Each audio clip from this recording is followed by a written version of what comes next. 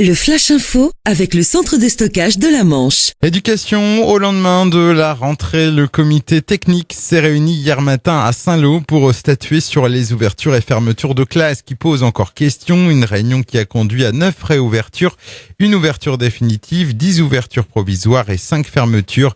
Et parmi les ouvertures, on y trouve l'école Léon Blum d'Équeurdreville ou encore l'école Bellevue de la Glacerie. En revanche, fermeture de classe à l'école Robert Doisneau de Cherbourg.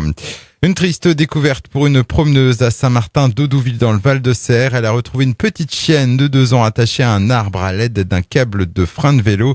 L'histoire qui se termine plutôt bien puisque le propriétaire s'est finalement manifesté et a expliqué que sa chienne avait disparu depuis dimanche matin.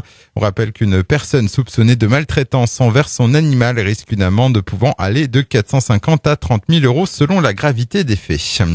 Bonne nouvelle pour tous ceux qui empruntent la Nationale 13. Les travaux d'enrobé au niveau de Valognes sont dorénavant terminés.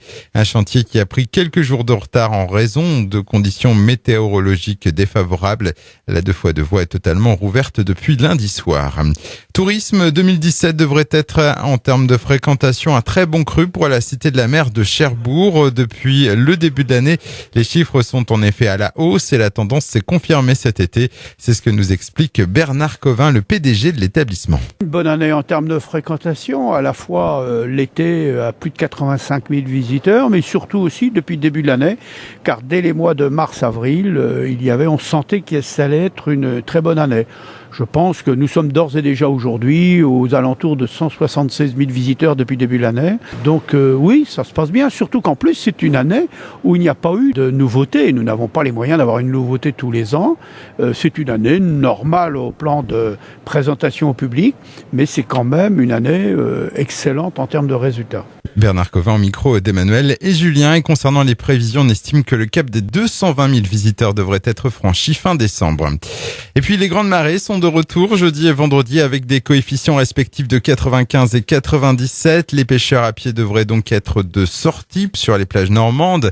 L'occasion de rappeler quelques règles élémentaires de sécurité pour éviter de se retrouver piégés par la remontée des eaux. Prenez connaissance des conditions météo et des heures de marée. Évitez de partir seul et informez vos proches de votre départ ou encore munissez-vous d'un moyen de communication.